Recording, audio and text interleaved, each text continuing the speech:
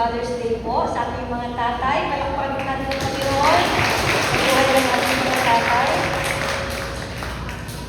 Mga tatay po natin ay nagsasakripisyo po. Napakalaki ng mga sacrifices nila.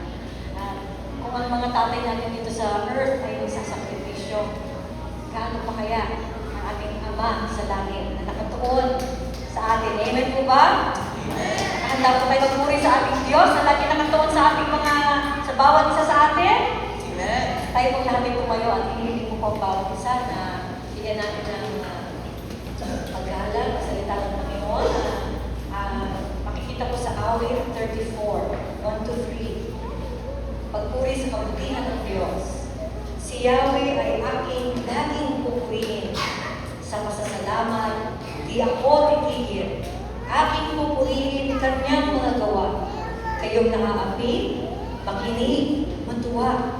Ang pagkadakila niya ay ihayag at ang ngalan niya ay purihin ng lahat. Purihin ng Diyos! Hallelujah! Sa ating pong pag-awit mga kapatid, ito pong katawan nito para sa Panginoon. Amen po ba? Ang inyong mga kamay ay para sa Panginoon. Amen? Ibigay ang ating papuring palakpak sa ating Panginoon.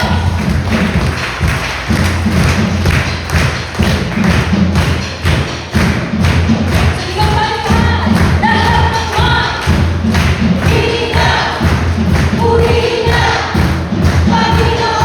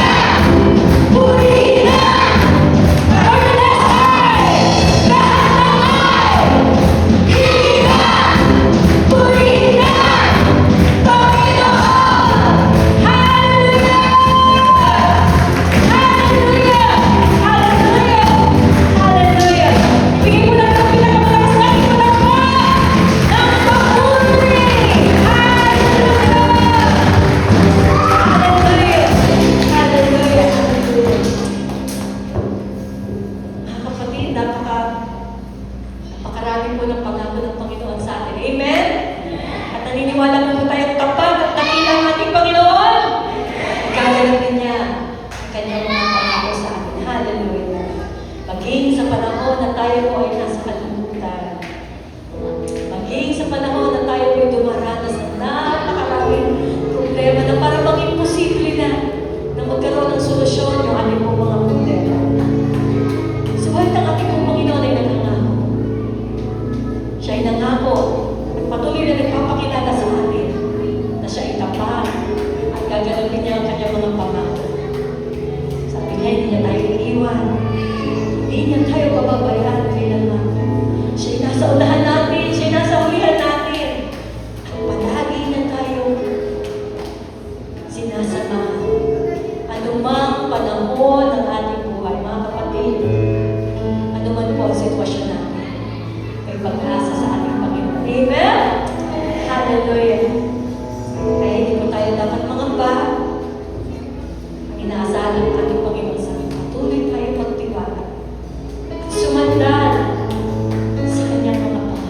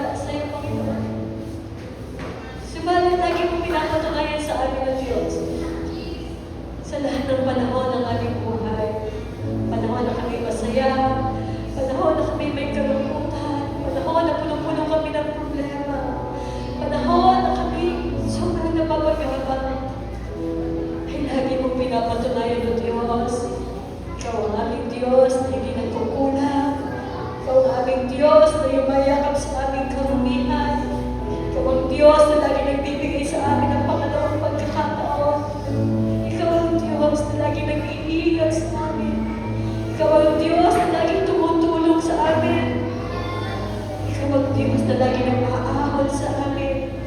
Kapag kami nawawala na ng pag-asa, ikaw ang aming Diyos na nagsasakayos ng aming mga pamilya. Kaya Ama, wala kami dapat na gawin kundi isandal namin lahat, Panginoon, ang aming pag-asa sa iyo. Ang aming mga anak, ang aming mga mahal sa buhay. Ama, hindi magiging maayos ang aming mga buhay kung hindi kami sasamahan, Panginoon. Kaya po, patuloy namin tinataas sa iyo ang aming mga mahal sa buhay, nalutingin ang aming mga kabataan. Ama, may sinisimulan kang gawain sa kanila. Hindi namin na Diyos, na kung paano naranasan natin ang iyong kapangyarihan sa aming buhay. Hindi ng mga kabataan ito na nagsisimula pa lamang ng kanilang mga buhay.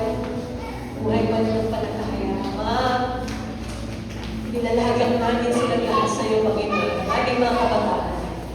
Wala kaming kapangyarihan bilang mga magulang na iayos ang kanilang mga buhay. Subalit yung kapangyarihan, Panginoon, walang imposible, Panginoon, para sa iyo. Kaya, Panginoon, we claim, Lord God, inaari namin, Panginoon, mga problema namin ngayon, ay sinulusyonan mo na, Diyos. Ano man ang problema namin ngayon, may financial, relationship, emotional problems, at iba-iba pang klaseng problema, Ama. Ikaw lamang ang tani namin pag-asa. Ikaw lamang ang aayos ng buhay namin, O Diyos. At patuloy namin hinihiling, Panginoon, na patuloy kang mag-usap, Panginoon, sa bawat isa sa amin. Salamat sa buhay ng aming mga tatay at natin ito, O Diyos. Salamat sa kanilang sakripisyo. Dalangin namin ang patuloy mong pag-iingat sa kanila, patuloy mong pagbibigay ng wisdom sa kanila habang ginagabayan nila ang kanilang mga pamilya. Ama, patuloy namin silang itinataas sa iyo. Iyan mo silang patuloy ng pagnanais. Hindi lamang may taguyin ang kanilang pamilya. Higit sa lahat, ang kanilang mga pananampalataya ay kalakasin mo, Diyos. Bigyan mo sila ng mas malalim na desire na makilala ka upang ang pangunguna nila sa kanilang mga pamilya ay maging maayos, Panginoon. Dalangin namin aming mga kabataan, hawak mo sila sa iyong pagpalan. Ikaw ang mag-iingat sa kanilang Panginoon. At ikaw ang patuloy na magmumuna at magtuturo sa kanila. Isinasalalay namin, Panginoon, lahat ang buhay ng mga batang narinito, Diyos. Sa iyo, Panginoon. At patuloy tinataas din natin sa iyo, mga nanay. Patuloy na bigyan mo sila ng patuloy na pasensya. Sila ginagamit mo, kami ginagamit mo sa pagmumog sa aming mga anak. Dalangin namin, gawin mo kami, patuloy mo kami bigyan, tahapon sa iyo, Diyos. Upang sa aming pangmuna rin, sa aming tahanan, sa pag-aalaga sa mga anak, ay maging mabuti kaming ilim, Panginoon, sa kanila. Maraming pong salamat, Panginoon. Salamat sa kabutihan mo sa church na ito, Diyos. Salamat sa patuloy mong pagtuturo sa atin. Kami po ay, this church is full of imperfect people, Father God. Kaya po kami umaasa sa iyo, ang perfect God, na patuloy na umuunawa at nagbubuhos ng iyong biyaya sa amin, na sukat, ipinagbabago ng aming mga buhay. Salamat sa iyong dakilang biyaya. Salamat po, Diyos. Sa aming pag-upo, Ama, nalangin namin ang pag-uuna mo, Panginoon, sa amin habang iyong inilalapad ang iyong mga salita sa aming Panginoon. Dalangin namin marinig namin ito at maunawaan ng Diyos sapagkat ito ang patunay na kami ay tunay mong mga anak. Kung kami ay nakikinig at sumusunod sa iyong mga salita. Samahan niyo po ang inyong mensahero, po Pastor Doy, bigyan siya, Panginoon, ng boldness and patuloy na compassion and wisdom, Panginoon, sa paglalatag ng iyong salita. Purihin ka, Diyos. Purihin Salamat sa buhay ng mga bisita namin ngayon, Panginoon. Hindi nagkakataon na sila narito. Nag-uusap ka sa kanila, Panginoon, at patuloy na nilalalamin namin. Mag-usap ka po, Panginoon, sa kanila. We praise you. We exalt your name. For all these things we pray in the mighty name of your Son, Jesus. And everyone will say,